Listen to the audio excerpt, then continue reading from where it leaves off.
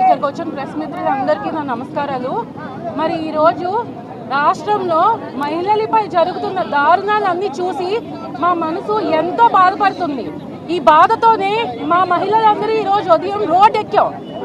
ఎందుకు అంటే నిన్న మనం చూసాం గుంటూరులో ఏం జరిగిందో. ఒక మహిళని కేవలం వాళ్ళ ఇంటి ముందు బోరు బాగు చేసుకుంటుంటే 10,000 అడిగి 10,000 లంచం అడిగి మరి బట్టలు తీసి మరి కొట్టారు. ఎందుకు కొట్టారయ్యా చెప్పండి, ఎందుకు కొట్టారు?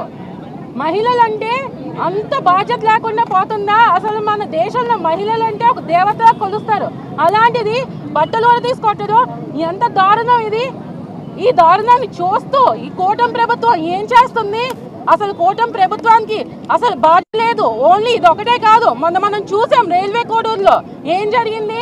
వాళ్ళ సొంత పార్టీ ఎమ్మెల్యే ఒక మహిళను దారుణంగా అత్యాచారం చేస్తే కంప్లైంట్ తీసుకోవడానికి వెళ్తే రోడ్డు మీద ఆపి మరీ కర్రతో కొట్టారు. ఎవరి లాంటి తీసుకున్నారయ్యా? పోలీసుల లాంటి తీసుకున్నారు.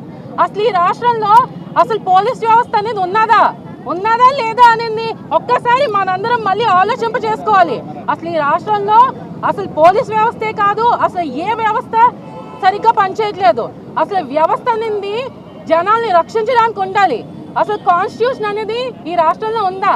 ఈరోజు ఎందుకు మేము బాబాసాహెబ్ అంబేద్కర్ గారి విగ్రహానికి ఈ లేఖ ఇచ్చామంటే ఆయన రాసిన రాజ్యాంగాన్ని పక్కన పెట్టి ఈరోజు రాష్ట్రంలో రెడ్ బుక్ అనే పాలన జరుగుతుంది.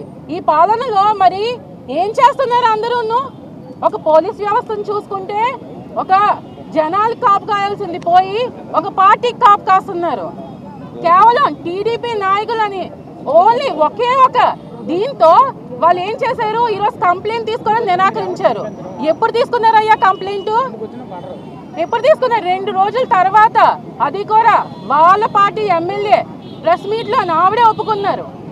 మేము చెప్తే గానీ నేనే చెప్పాను అందుకే కంప్లైంట్ తీసుకున్నారని. అదేనా అయ్యా? పోలీసులు ఏం చెయ్యాలి? అసలు పోలీస్ వ్యవస్థ లేకుండా పోయింది. ఇదంతా కాదు, ఇదంతా పక్కన పెడదాం, ఇన్సిడెంట్ల కోసం పక్కన పెడదాం. ఏం చేశారు? సీసీటీవీ ఫుటేజ్ ఇచ్చిన వాళ్ళంట అరెస్ట్ చేయమని మహిళా కమిషన్ గారు ఆదేశించారు. ఎందుకయ్యా కంప్లైంట్ ఇవ్వాలి? అసలు సీసీటీవీ ఫుటేజ్ ఎందుకు ఇవ్వకూడదు మేము బయటికి? అసలు ఆడపిల్లలకి ఏం రక్షణ ఉంటుంది ఇక్కడ? ఇదంతా మాట్లాడాలని మేము ఈరోజు బయటకు వచ్చి మా వైఎస్ఆర్సీపీ పార్టీ తరఫున మనం అందరం ఒకటి గుర్తుపెట్టుకోవాలి. ఏంటి అంటే అధికారం శాశ్వతం కాదు ఎవరికి. ఈరోజు మీరు ఉన్నారయ్యా, మీరు చూడండి, ఈరోజు మన సూర్యుడి కింద నిల్చొని మాట్లాడుకుంటున్నాం. ఆ సూర్యుడికి కూడా గ్రహణం వస్తుంది, అలాగే మా పార్టీకి కూడా గ్రహణం వచ్చింది. అంతే తప్ప మీరే శాశ్వతంగా ఉండరు. కాబట్టి రేపు పొద్దున్న మా పార్టీ వచ్చాక మా జగనన్న మా మహిళలకి ఎంత రక్షణ కల్పించారో మీ అందరికీ తెలుసు. అన్నీ పెట్టారు. ఏంటి యాప్లు పెట్టాము మేము. జస్ట్ చిన్న కాల్ చేస్తే ఏంటమ్మా జరిగింది అని చెప్పి బై మిస్టేక్ కాల్ వెళ్తే ఏంటమ్మా జరిగింది అని చెప్పి రిటర్న్ ఫోన్ చేసేవారు పోలీస్ స్టేషన్ నుంచి. అలాంటిది ఈరోజు పోలీస్ స్టేషన్కి వెళ్ళి అయ్యా నాకు ఇది జరిగింది అని చెప్పి అడిగినా కూడా ఏడ్చినా కూడా పట్టించుకునే నాదుడు లేడు. ఇదేనా మీరు చేస్తున్న పరిపాలన? ఇదేనా మీరు చేస్తుందని ప్రజలందరూ ఒకసారి ఆలోచించాలి, చెయ్యాలి. మనం కూడా ప్రజలందరూ ఆలోచించుకోవాల్సిన సమయం వచ్చింది. ఈరోజు మనం కానీ కళ్ళు తెరుచుకోకపోతే మనం ఎక్కడికి వెళ్తున్నాం, మన రాష్ట్రమే కాదు మొత్తం అంతా ఎక్కడికి వెళ్తుంది అనేది మనం తెలుసుకోవాలి. ఇదంతానే కాదు, కేవలం బాధ్యత లేకుండా ఒక గౌరవం లేకుండా నాయకులకి జస్ట్ తొత్తుల్లాగా ఈ పోలీస్ వ్యవస్థ అంతా ఉంటుంది. ఈ పోలీస్ వ్యవస్థే కాదు మొత్తం రాష్ట్రంలో అన్ని వ్యవస్థలు ఇలాగే తయారయ్యావు. కాబట్టి నేను ఒకటే కోరుకుంటున్నాను, డిమాండ్ చేస్తున్నాం మేమందరం కలిపి. ఏంటి అని అంటే ఈ కూటమి ప్రభుత్వం ఏదైతే ఒక మహిళని ఇలా చేశారో మొత్తం అంతా తక్షణమే దీని మీద ఒక ఎంక్వైరీ వేసి మీరు మళ్ళీ లంచాలు కానీ ఇంకోటి కానీ తీసుకోకుండా మీరందరూ ఎలా చేస్తారో అది మీ మీద డిపెండ్ అయి ఉన్నది. మీ కూటమి ప్రభుత్వం అనేది అట్టర్ ఫ్లాప్, అట్టర్ ఫెయిల్యూర్ అన్నింటిలో. ఒక పథకాల్లో కానీ ఒక రక్షణలో కానీ అసలు మహిళలంటే మీకు అసలు గౌరవమే లేదు. ఇదైతే మాత్రం ఖచ్చితంగా 100కి 100 పాలు చెప్పగలం. ఎందుకంటే మనం చూసాం వాళ్ళు గవర్నమెంట్లోకి వచ్చి రాగానే ఏం జరిగింది? ఒక 10వ క్లాస్ అమ్మాయిని పెట్రోల్ పోసి కాల్చారు. ఇప్పటి వరకు అది ఏమైందో తెలీదు. ఆ కేసు తెలీదు. ఒక మహిళ అంటే వాళ్ళకి ఎంతో చులకనగా ఉంది. ఈ చులకన భావం పోయి మంచి జరిగేటట్టు ఈ కూటమి ప్రభుత్వం చర్యలు తీసుకోవాలని ఈరోజు మా ఈ డిమాండ్. మా జగనన్న ఖచ్చితంగా వస్తాడు. వచ్చి మీకు అసలు అధికారం అంటే ఏంటి, అసలు న్యాయం అంటే ఏంటి అనేది ఖచ్చితంగా చూపిస్తారు. ఆ రోజు మిమ్మల్ని రోడ్డు మీద నిల్చోబెట్టి మరి మీరు చేసిన వాటి అన్నిటికీ మేమందరం సరైన సమాధానం సరైన బుద్ధి చెప్తామని ఈ మీ అందరి ముఖాన తెలియజేస్తున్నాను. మరి అవకాశం ఇచ్చినందుకు ధన్యవాదములు. ఆంధ్రప్రదేశ్ అనగానే ప్రతి ఒక్కరు కూడా తలెత్తుకుని చూసే విధంగా ఈ రాష్ట్రం ఉండేది. అటు విద్యారంగంలో కానీ, వైద్య రంగంలో కానీ, పోలీస్ రంగంలో కానీ, వ్యవస్థలో కానీ అన్ని రంగాలు అన్ని వ్యవస్థలో కూడా ఆంధ్రప్రదేశ్ మొట్టమొదటి స్థాయిలో ఉండేది. కానీ నేడు కూటమి ప్రభుత్వం పరిపాలనలోకి వచ్చిన తర్వాత అమ్మో ఆంధ్రప్రదేశ్ అని అనుకోవడంతో పాటు ఆహా ఆంధ్రప్రదేశ్ అనే స్థాయికి ఈ కూటమి ప్రభుత్వం తీసుకొచ్చిందని చెప్పడంలో ఎక్కడా కూడా అతిశయోక్తి లేదు. గతంలోని మా జగన్మోహన్ రెడ్డి గారు తీసుకొచ్చిన దిశ యాప్ని శ్రీశక్తి యాప్ కింద తీసుకొచ్చారు. ఎందుకయ్యా శ్రీశక్తి యాప్ అని అడుగుతున్నా, నాలిక గీసుకోవడానికి అని అడుగుతున్నా. మహిళ ఆంధ్రప్రదేశ్ మహిళకి యొక్క రక్షణ బాధ్యత మొట్టమొదటి బాధ్యత ముఖ్యమంత్రిది. ఆ ముఖ్యమంత్రి చేతులెత్తేసిన తర్వాత ఇటువంటి యాప్లు దేనికి పనికొస్తాయని నేను అడుగుతున్నాను. ప్రతిరోజు ఒకటి మర్చిపోతే ఇంకొకటి, ఒకటి మర్చిపోతే ఇంకోటి, ఒకటి నుంచి బయటికి రావాలంటే ఇంకొకటి. మొన్నటికి మొన్న గుంటూరులోని ఒక ఆడబిడ్డ, ఇప్పుడే చెప్పారు పెద్దలు, ఒక ఆడబిడ్డ కేవలం తన ఇంటి ముందు బోర్ అడిగిందని దానికి లంచంగా 10,000 రూపాయలు ఇవ్వలేకపోవడం వల్ల ఇవ్వలేను అని చెప్తే రోడ్డుకెక్కి అయ్యో ఇప్పుడు ఆంధ్రప్రదేశ్లోని మేబీ దేశవ్యాప్తంగా ఫ్రీడమ్ వచ్చి ఉండొచ్చు, కేవలం ఆంధ్రప్రదేశ్లో మాత్రమే ఫ్రీడమ్ లేదు.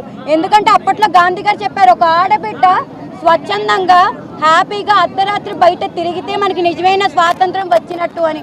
కానీ ఇప్పుడు ఆడబిడ్డ ఇంట్లో కూడా హ్యాపీగా ఉండలేని పరిస్థితి. ఇప్పుడు ఆ ఆడబిడ్డని ఇంటి నుంచి జుట్టు పట్టుకొని మరి రోడ్డు మీదకి ఈడ్చి ఆమెని నగ్నంగా ఏ ఆలోచన లేకుండా ఈరోజు ఆవిడ్ని ఇబ్బంది పెట్టడము నిజంగా ఈ రాష్ట్ర ఆడబిడ్డగా మనసు తరుక్కుపోతుంది. తలుచుకుంటేనే, చూస్తేనే, వింటేనే మాకు ఇంత బాధగా ఉంటే అది ఆ భావన అనుభవించిన ఆమెకి ఇంకెంత మనక్షోభ ఉంటుంది అన్నది ఒక్కసారి రాష్ట్ర ప్రజలందరూ కూడా ఆలోచన చేయాలి. ఈ రాష్ట్రం ఎట్టుపోతుందో అర్థం కాదు. అసలు కూటమి ప్రభుత్వం వచ్చిన తర్వాత ఒక్క రంగం అంటే ఒక్క రంగంలో కూడా మీరు అభివృద్ధి చెందారా అని అడుగుతున్నా. చెందాము. అవినీతిలో, బాధలు పెట్టడంలో, అన్యాయంలో అభివృద్ధి చెందామే కానీ మా మహిళలకి రక్షణలో దీనమైన స్థానానికి మనం అందరం వెళ్ళిపోం. ఈరోజు ప్రతి ఒక్క యువతరం కూడా పక్క రాష్ట్రాలకి ఉద్యోగాల కోసం వలస వెళ్ళిపోయేవారు. ఇప్పుడు ఆంధ్రప్రదేశ్ ఆడబిడ్డలు భద్రత కోసం పక్క రాష్ట్రాలకి వలస వెళ్ళిపోయే పరిస్థితి ఈరోజు ఆంధ్రప్రదేశ్లో కనిపిస్తుంది. ఎక్కడ ఏవి మేము మర్చిపోలేదు. మీ ఎమ్మెల్యేలు అరవ శ్రీధర్ కానీ, లేకపోతే వాళ్ళ కుర్రోడు చేబ్రోలు కిరణ్ కానీ, లేకపోతే ఈ బిఆర్ నాయుడు గారు కానీ, ఎమ్మెల్యే మన బండారు సత్యనారాయణ గారు కానీ, ఇవన్నీ వాళ్ళు మాట్లాడిన మాటలు, వాళ్ళు చేసిన పనులు మేము ఎక్కడ కూడా మర్చిపోలేదు. జగన్మోహన్ రెడ్డి గారు మళ్ళీ రాష్ట్ర పరిపాలనకి ఖచ్చితంగా వస్తారు. ఖచ్చితంగా ఈ రాష్ట్రాన్ని దగ్గరుండి కంటికి రెప్పలాగా చూసుకుంటారు. తక్షణమే మీకు మేము చేసే పని మీద, మీరు ఈరోజు ఉన్న ప్రతి ఒక్క పని మీద మీకు చిత్తశుద్ధి ఉంటే తక్షణమే అక్కడ లోకల్ ఎమ్మెల్యే గల్లా మాధవి ఎవరైతే ఇవన్నీ కూడా దగ్గరుండి నడుపుతున్నారో, నాకు అర్థం కాండి. ఒక ఆడబిడ్డ ఇల్లు దాటి బయటికి రావడం ఒక ఎత్తు అయితే, ఇల్లు దాటి పోలీస్ స్టేషన్ గడప ఎక్కింది అంటే మరొక ఎత్తు. కష్టం, ఎంత కష్టం వస్తే పోలీస్ స్టేషన్ గడప ఎక్కుంటుంది ఆమె. ఆ కష్టం ఉన్నప్పటికీ ఈరోజు ఆ క్లిప్పింగ్ వచ్చింది కాబట్టి, సోషల్ మీడియాలో వైరల్ అయ్యింది కాబట్టి మనందరికీ తెలిసింది. అదే ఆ క్లిప్పింగ్ అని బయటికి రాకపోతే ఆ 4 గోడల మధ్యనే మీరు కప్పి పెట్టేసేవారు కదా అని అడుగుతున్నా. ఈరోజు అంతెందుకు మన హారిక, ఈ కృష్ణా జిల్లా జడ్పీ చైర్మన్ హారిక తను ఆపేసి మరీ కార్ని కొట్టారు. కనీసం మీ ప్రభుత్వ హయాంలోని సాధారణ మహిళకి కూడా రక్షణ లేని పరిపాలన మాకు ఎందుకు అని అడుగుతున్నా. తక్షణమే మేము ఈ కూటమి ప్రభుత్వాన్ని ఒకటే అడుగుతున్నాము, అక్కడ సిట్టింగ్ ఎమ్మెల్యే ఎవరైతే ఉన్నారో ఆమె వెంటనే రాజీనామా చేయాలి. వెంటనే ఆవిడ రాజీనామా చేయాలి. ఈరోజు చాతకాని ప్రభుత్వం, కూటమి ప్రభుత్వం తక్షణమే గద్దె దిగాలి. దాంతోపాటు ఇవన్నిటికీ ముఖ్యమైన కారకులు ఎవరైతే కార్యకర్తలు ఉన్నారో, టీడీపీ నాయకులు కార్యకర్తలు ఉన్నారో వాళ్ళకి వెంటనే వాళ్ళకి శిక్ష పడాలి అని మేము కోరుకుంటున్నాము. ఈరోజు విజయనగరం జిల్లా అందరూ కూడా నడి బొడ్డున వచ్చి అయ్యో డాక్టర్ బిఆర్ అంబేద్కర్ గారు రాజ్యాంగాన్ని రచించారు. కొత్తగా వచ్చారు వీళ్ళు రెడ్ బుక్ రాజ్యాంగం అని. నిజంగా చెప్పినట్టుగానే చేసి చూపిస్తున్నారు. భారత రాజ్యాంగం కాదు, రెడ్ బుక్ రాజ్యాంగాన్ని అమల్లోకి తీసుకువచ్చారు. మరి ఈరోజు మాకు కాపాడిన వాడు ఎవడు లేడు కాబట్టి డాక్టర్ బిఆర్ అంబేద్కర్ గారికి నేరుగా ఆడవాళ్ళందరూ కూడా రాష్ట్ర జిల్లా ఆడవాళ్ళందరం కూడా దగ్గరికి వచ్చి ఆయనకు ఒక రిప్రజెంటేషన్ ఇవ్వడం జరిగింది. ఆయన యొక్క ఆశీస్సులు ఈ రాష్ట్రం పైన ఉండాలని, ఈ రాష్ట్రానికి పడిన చెడు గ్రహణం ఏదుందో వెంటనే కూడా తీరిపోవాలని కోరుకుంటూ మేము చేస్తున్న డిమాండ్లు తక్షణమే కూటమి ప్రభుత్వం అమల్లోకి తీసుకురావాలని కోరుకుంటూ ఈ అవకాశం ఇచ్చిన పెద్దలందరికీ కూడా పేరు పైన ధన్యవాదాలు తెలియజేస్తాను.